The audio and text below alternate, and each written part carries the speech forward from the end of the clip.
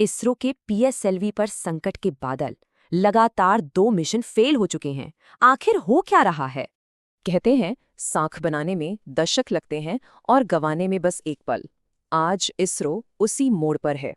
इतिहास में पहली बार इसरो के वर्कहॉर्स रॉकेट के लगातार 2 मिशन असफल हो गए हैं।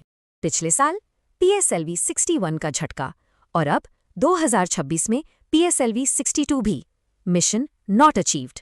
लेकिन इस फेलियर को समझने से पहले जानते हैं कि आखिर ये पीएसएलवी है क्या और इतना खास क्यों है। पीएसएलवी को इंडिया का वर्कहॉर्स कहा जाता है। रिलायबिलिटी और प्रिसिजन इसकी पहचान थी पूरी दुनिया में। इसकी ताकत आती है इसके 4 स्टेज इंजन से, जो सॉलिड और लिक्विड फ्यूल का पावरफुल कॉम्बिनेशन यूज करता है। लॉन्च की शुरुआत बिल्कुल ठीक थी। स्टेज 1 और 2 ने अपना काम परफेक्टली किया। Trajectory normal. मगर फिर आया स्टेज 3। यहाँ एक बड़ी गड़बड़ी हुई और रॉकेट अपने रास्ते से भटक गया।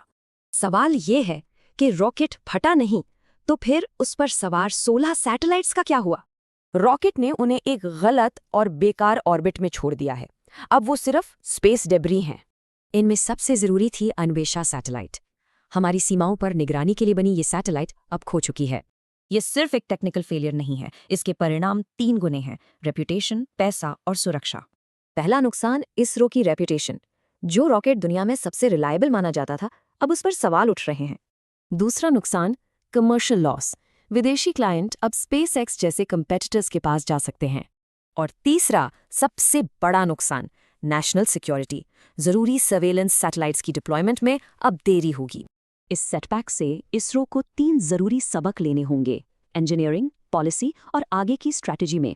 लेकिन कहानी यहाँ खत्म नहीं होती। इस अंधेरे में एक उम्मीद की किरण भी है। पिछले ही महीने इसरो के बाहुबली रॉकेट LVM-3 ने अपना सबसे भारी पेलोड सफलता से लॉन्च किया था। तो सबसे बड़ा सवाल, क्या इंडिया का ये वर्कहॉर्स अपनी खोई हुई शान वापस ला पाएगा? ऐसे ही इन्फॉर्मेटिव वीडियोस देखने के लिए LLP स्टूडेंट अड्डा को फॉलो करें एंड सब्सक्राइब करें। If you want any new topic, comment below.